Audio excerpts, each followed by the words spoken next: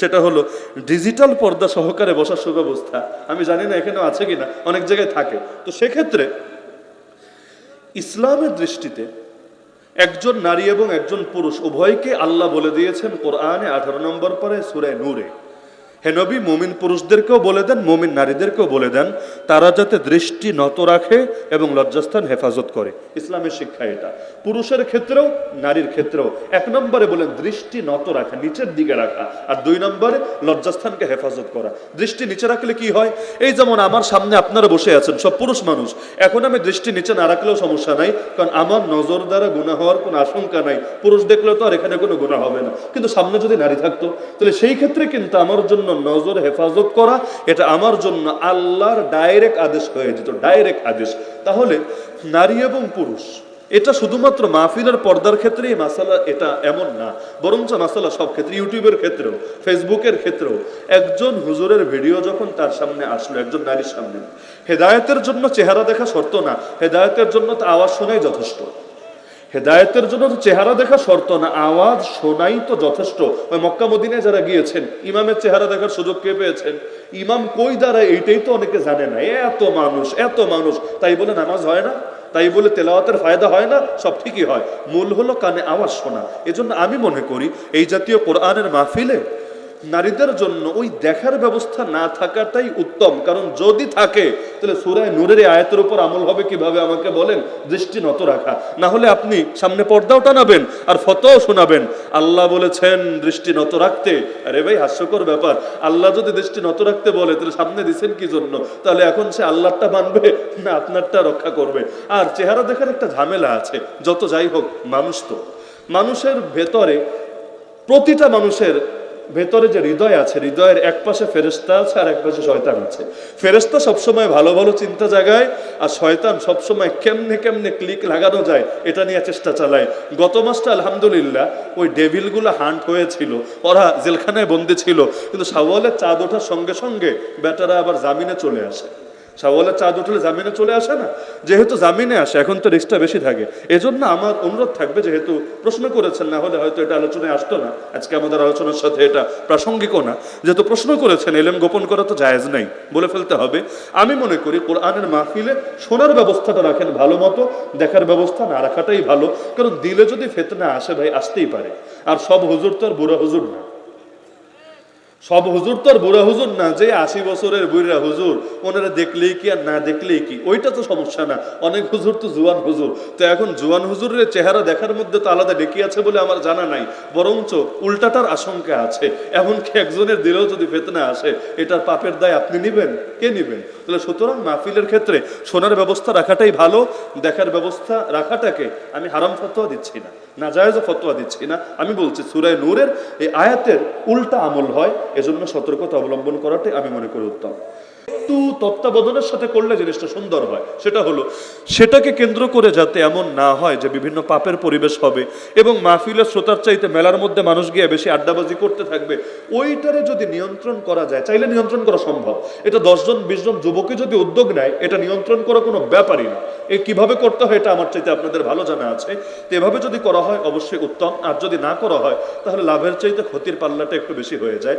আল্লাহ রসুলের একটা হাদিসে আছে, শুক্রবার দিন এই যে জুম্মার নামাজ আপনারা পড়েন, ফজিলতটা পান, এই হাদিসটার ব্যাপারে নবীজি প্রথম বাক্য বলেন, মান গাসসালা ওয়া গাতাসালা, যে ব্যক্তি স্ত্রীকেও গোসল করায় নিজেও গোসল করে, আগে আগে মসজিদে আসে, ইমামের কাছাকাছি বসে, খুতবার সময় চুপ থাকে, সে জুমার পরিপূর্ণ প্রতিদান লাভ করে। শুরুই করলেন বউরেও গোসল করায় নিজেও গোসল করে। এটা দিয়ে কেন? প্রথম পড়ার পরে আমি একটু চমকে গেলাম, যে সময় হাদিসটা পড়ি, দাওরাই হাদিসের বছর, তখন তোর বিয়া শাদী করি নাই, বউ নাই। তো এখন চিন্তা করছে, হায় রে, নবী কি বললো এইটা, যে বউরেও গোসল করায় নিজেও গোসল করে? আমাদের তো এই ফজিলত নেওয়ার সুযোগই নাই। এগুলো তো যারা বিয়া শাদী করেছে তারা পারবে, মিসকিনদের তো আর এই পথটা খোলা নাই। মিসকিন এই অর্থে মানে যাদের এখনো বিয়া শাদী হয় নাই। তো এখন চিন্তা করলাম এটা কেন। আলহামদুলিল্লাহ পরে এমন ব্যাখ্যা পেলাম আর হৃদয় ঝরিয়ে গেল। এর ব্যাখ্যা হলো, ওই জামানায়, এখন তো জামে মসজিদ হয়ে গেছে বেশি ঘন, পাঞ্জেগানা নাই বললেই চলে, প্রত্যেকটা মসজিদে জামে মসজিদ। নিয়ম হলো এক একটা গ্রামে একটা জামে মসজিদ থাকবে, সব মানুষ এখানে আসবে। তো নবীর জামানায় যেটা হতো, মানুষকে কখন 1 কিলো 2 কিলো হেঁটে হেঁটে মসজিদ পর্যন্ত আসা লাগতো। এখন আসার পথে এলাকায় সবাই মুসলমান ছিল বিষয়টা এমন না, অনেক অমুসলিমেরও তো বসবাস ছিল। আসার পথে এখন অনেক নারীর দিকে নজর পড়ে যাওয়ার আশঙ্কা আছে। পুরুষ মানুষের নজর পড়তেই পারে, নজর তো আর ইচ্ছা করে দেওয়া লাগে এমন না, হাঁটতে চলতে গেলে এমনিই পড়ে যায়। আল্লাহ রসুল সাল্লাল্লাহু আলাইহি ওয়াসাল্লামের শিক্ষাটা দেখেন, আর ইসলাম কত গভীরভাবে চিন্তা করে আপনি ভাবেন। আল্লাহ রসুল সাল্লাল্লাহু আলাইহি ওয়াসাল্লাম শিক্ষা দিলেন, বৃহস্পতিবার রাতে যদি স্ত্রীর সাথে মেলামেশা করে, বৃহস্পতিবার রাতে যদি স্ত্রীর সাথে মেলামেশা করে, শুক্রবার দিন জুমায় আসার সময় তার নজর হেফাজত করা তার জন্য সহজ হবে। কারণ আপনি যখন ভাত খাবেন, পেট ভরে পান্তা ভাতও যদি খান, একদম পেট ভরে খেয়েছেন, এরপর সামনে বিরিয়ানি দেখলেও খুব একটা রুচি হবে না, পেট তো ভরা। আপনি বলবেন বেটা আগে এই না দেখতি খাওন কারে বলে, এখন তো আর খাওয়ার কোনো রুচি নেই, স্বাভাবিক একটা প্রবণতা। কিন্তু খালি পেটে যদি এমন হয় প্রচুর পরিমাণ ক্ষুধা জমে আছে পেটে, তখন বিরিয়ানি লাগে না, বরঞ্চ বাংলায় বলে অভাবে স্বভাব নষ্ট হয়, মানুষ কখনো চুরি করেও খাওয়ার চেষ্টাটা করে। তো স্বাভাবিক এখন যদি বৃহস্পতিবার রাতে স্ত্রীর সাথে মেলামেশা করে, এই সুন্নাতের উপর আমল করে, এরপর সকালবেলা পবিত্র হলো, ফজর আদায় করলা, যত সময় মসজিদে জুম্মার সময় আসলো, নজর হেফাজত করাটা সহজ হবে না? হবে, আলহামদুলিল্লাহ। ইসলামের শিক্ষাগুলো কত গভীর, চিন্তা করেছেন? জুম্মায় আইসা সওয়াব কামাবা, রাস্তায় যাতে পাপের দ্বারা গুনাহ না হয়ে যায় এবং তোমার যাতে লস না হয়ে যায়, এজন্য মাহফিল করবেন সওয়াবের জন্য। ওই মেলার দ্বারা যাতে সওয়াব কাটাকাটি হয়ে পাপের পাল্লাটা বেশি ভারী না হয়ে যায়।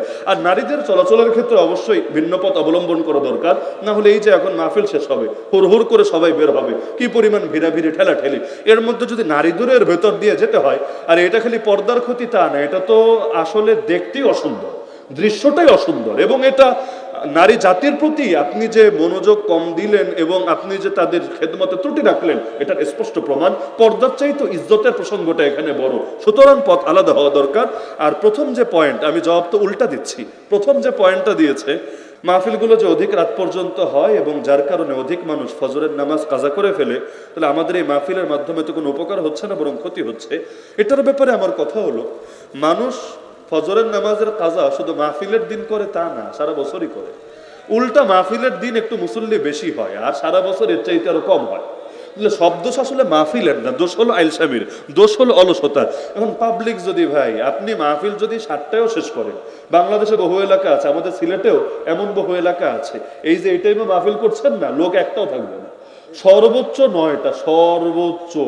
মানে আসল বক্তা মাগরিবের পরে বয়ান করে ফেলে, এরপর সভাপতি বা মুরব্বী একজন এশার পরে হালকা বয়ান করে দোয়া করে ফেলে, ওইখানে বেশি রাত পর্যন্ত লোক হয় না, অথচ ওইখানেও ফজরের নামাজে মুসল্লির ঘাটতি আছে। তাহলে কিসের দোষ দেবেন আপনি? সারা বছর তো মাহফিল হয় না, সেখানে কি সমস্যা? তো কেউ যদি নামাজ পড়তে চায়, আসলেই যদি নামাজ পড়তে চায়, তার জন্য 12টা 1টায় ঘুমালেও তার নিয়মিত নামাজি হলে ওই একদিনের জন্য তার নামাজটা আসলে ছোটে না। মূল সমস্যা মাহফিলে না, মূল সমস্যা খাসলতে। তবে মাহফিলটা আমি মনে করি বাংলাদেশে কিছু এলাকা আছে, এদিকে হয়তো নাই, ওই ময়মনসিংহ বিভাগের মধ্যে এমন বহু জায়গা আছে, মাহফিল এমন রাত করা করে ফজরের পরে দোয়া কইরা বাড়ি যায়, যে দেরি যখন করবা একবারে এখানেই ফজর পইরা সিন্নি খাওয়া যাও। আর বাঙালি সিন্নির আগ্রহ আছে মাশাআল্লাহ। আপনি দেখবেন মসজিদে মুসল্লি যদি কমও থাকে, যখন সিন্নি দেওয়া শুরু হবে, পোলাপান ঘর দুয়ার থেকে একদম বন্যার পানির মতো আসতে শুরু করবে। তারা চিন্তা করবে নামাজ পড়ি নাই, এক পাপ করেছি, সিন্নি না নিয়ে আরেক পাপ করবো নাকি? পাপের পাল্লা এত ভারী করা যাবে না। এজন্য সিন্নি যদি রাত 3টায়ও রাখেন, লোক থাকবে না? সিন্নির মান যেটাই হোক, কিন্তু সিন্নির প্রতি আলাদা একটা টান, আলাদা একটা আকর্ষণ জাতিগতভাবে আমাদের আছে। এজন্য যেই এলাকায় মাহফিল বেশি রাতে শেষ হয়, আজকেরটা বেশি রাত না, এইরকম রাতে বাঙালি এখন, এর আগে কেউ সাধারণত ঘুমায় বলে আমার মনে হয় না, 2-1 থাকতে পারে, ওই বেশিরভাগ মানুষ 11:30, 12টা এগুলো ঘুমাতে কম বাদে। কিন্তু ওই যদি 2:30, 3টায় মাহফিল শেষ হয়, আমি মনে করি এর চাইতে আরেকটু লম্বা কইরা ওই ফজরটা পড়ায় এরপর বিদায় দেন, ওইটাই ভালো। সারা রাত থাকুক, জিকির আজকার করে, ইবাদত বন্দেগী করে, আর শেষ রাতের দোয়ার দাম বেশি, ইবাদতেরও দাম বেশি, ফজরের পরে পাঠান, সেটাই ভালো। তবে এক কথায় যদি জবাব দেই, এই ফজরের মুসল্লি কমের দায় মাহফিলের না, বরঞ্চ এর দায় হলো এই জাতিগত খাসলতের অলসতার, এবং আরো দায় হলো সরকারের। কারণ নামাজ কায়েম করে এটা শুধু আমাদের দায়িত্ব না, আল্লাহর কোরআন বলেছে সরকারের দায়িত্ব। এই সরকারগুলো এই দায়িত্ব যদি নিত, এতদিনে এই জাতির খাসলতে পরিবর্তন হতো। ওরা 2 দিন পর আজিবাজি বাইন বানায়, পুলিশের পোশাক পাল্টায়, কারণ পোশাকের দোষ কি? পোশাকের সমস্যা কি? কয়বার পোশাক পাল্টালে মানুষ হাসান বসরি হয় বলেন আমারে? যদি এমন হয় পোশাক পাল্টালে মানুষ সাধু বাবা হয়, আমরা চান্দা তুইলা, চান্দা বাজি না, ওই এমনি চাঁদা আর কি, সমঝোতার সঙ্গে চাঁদা যেটা আর কি, আমরা সমঝোতার সঙ্গে চাঁদা তুলে প্রয়োজনে বারবার পোশাক পাল্টানোর ব্যবস্থা করে দিব। কিন্তু পোশাকের কি দোষ? এগুলো তো মুশরিকদের চিন্তা ছিল। নবীর জামানায় ল্যাংটা হয়ে হজ করতো, ওরা চিন্তা করতে এই পোশাক পরে পাপ করেছি, এই পোশাক পরে আল্লাহর ঘর কিভাবে তওয়াফ করি, এটা আল্লাহর অসম্মান হবে, আল্লাহর মানহানি হবে। ল্যাংটা হলে মানহানি হবে না, ল্যাংটা হলে আল্লাহর খুব সম্মান হবে। আজীব চিন্তা। অথচ পুলিশের পোশাক যদি না পাল্টিয়ে দিল পাল্টানোর চেষ্টা করত, কমাস কম তাদেরকে নামাজি বানানোর চেষ্টা করত, আমি মনে করি এই দেশে অন্তত একটা বৈপ্লবিক পরিবর্তন আসতো।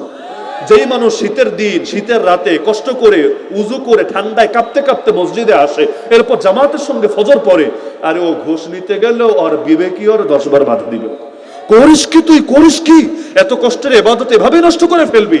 এজন্য নামাজ এমন জিনিস, আল্লাহই বলেছেন 21 নম্বর পারা খুললেই পাবেন এই আয়াত, নিশ্চয়ই নামাজ মানুষকে অন্যায় এবং অশ্লীল কাজ থেকে বিরত রাখে। ইন্না সালাতা তানহা আনিল ফাহশাই ওয়াল মুনকার। সুতরাং সরকারও দায়িত্ব নেন, আপনারা সমাজপতিরাও দায়িত্ব নেন, এবং প্রত্যেক পরিবারের অভিভাবকরাও দায়িত্ব নেন নামাজ কায়েমের। ইনশাআল্লাহ তাহলে মাহফিল বেশি টাইম হলেও নামাজ আটকা থাকবে না। যারা নিয়মিত নামাজ পড়ে ওরা মাহফিল যদি 2টায় ছাড়েন তারপরও নামাজ পড়বে, আর যেগুলো পড়ে না ওগুলো ভাই কখনোই পড়ে না, মাহফিল 8টার সময় শেষ করলে ওগুলো পড়বে না। আর যদিও বেশি রাত করার পক্ষে আমি না, সেটা তো আগে ক্লিয়ার করেছি, এক কথা থেকে আবার উল্টা মেসেজ বাইর করেন না। আল্লাহ আমাদের সবাইকে আজকে যে কথাগুলো আলোচনা হলো এগুলো বোঝার, হৃদয়ঙ্গম করার এবং জীবনে বাস্তবায়ন করার তৌফিক দান করুন, আমিন। ওয়া মা আলাইনা ইল্লাল বালাগুল মুবিন ওয়া আখিরু দাওয়ানা আলহামদুলিল্লাহি রাব্বিল আলামিন। সকলে দুরূদ শরীফ পাঠ করুন।